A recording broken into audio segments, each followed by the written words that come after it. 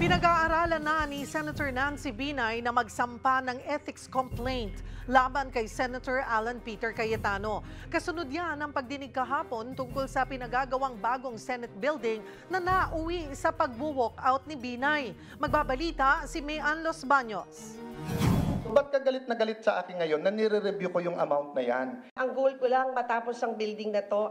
Nagkasagutan sina Senate Accounts Committee Chairman Alan Peter Cayetano at Senator Nancy Binay sa pagdinig ng Senado tungkol sa new Senate building project sa Fort Bonifacio, Taguig. Una itong sinita ni Senate President Chis Escudero dahil umabot na raw sa mahigit 23 billion pesos ang budget para sa proyekto.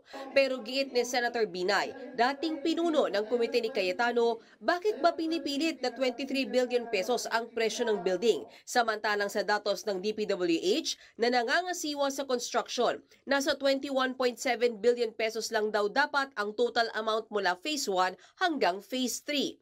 Pero giit ni Cayetano, nakuha nila ang 23 billion pesos sa datos mula mismo sa Senate Coordinating Team o SCT na dating mga tauhan ni Binay sa komite. Giit naman ni Binay, umabot sa mahigit 23 billion pesos ang sinasabi ni Cayetano dahil sinama niya sa computation ang gasto sa presyo ng lote ng building.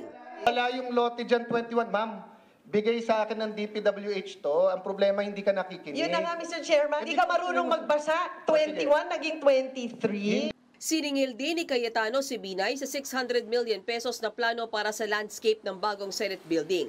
March 2023 pa raw na-submit sa kanya ng DPWH ang plano, pero hindi pa rin naaprubahan hanggang ngayon dahil nire-review pa ni Binay.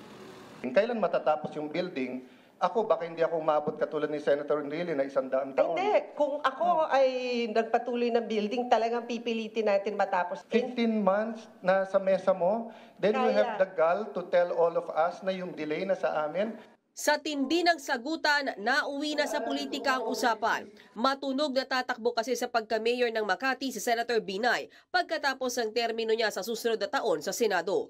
Habang ang Taguig na baluarte nila Cayetano, dawit sa agawan ng teritoryo sa Makati dahil sa 10 Embo barangays. Sabi mo may sumasaksak sa likod mo, di kasuhan mo ng attempted murder. Sino ba sumasaksak sa likod mo? Wala akong alam doon. Sige, bubulong ko sa iyo mamaya kung sino yung sumasaksak. Oh, pero hindi ako. Ay, ano kilalaman ko doon is sasabihin mo... Actually, Mr. Chairman, may sinabi ba akong ikaw? Wala akong sinasabi na ikaw, ha? Paano mo sasabihin mo sa media, may kilalaman to sa Taguig at Makati, tapos sasabihin mo may sumasaksak sa likod mo, ano iisipin nila? Pero sinabi ko ba na Alan Peter Cayetano ang Hindi. sumasaksak Pero, sa akin? Parang, di ba sabi nila yung pag nagre-react ng ganyan, baka guilty. Ma'am, basta sasabihin ko sa iyo, Lourdes ang pangalan mo, hindi Marites.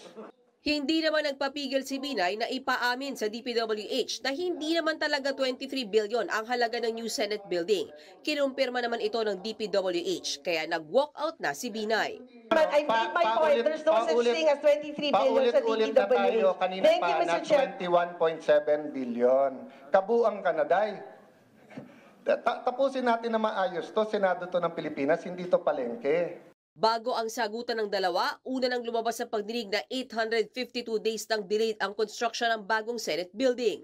Kabilang sa dahilan kung bakit na-delay ang construction ng bagong Senate building ay dahil sa pandemya, gayon din sa mga revision sa plano. Bagay na kinwestiyon ni Senator Cayetano dahil daw kasi sa delay sa pagpapagawa ng building at mga revision sa plano, nagkaroon ng additional charges o dagdag na bayarin ang Senado.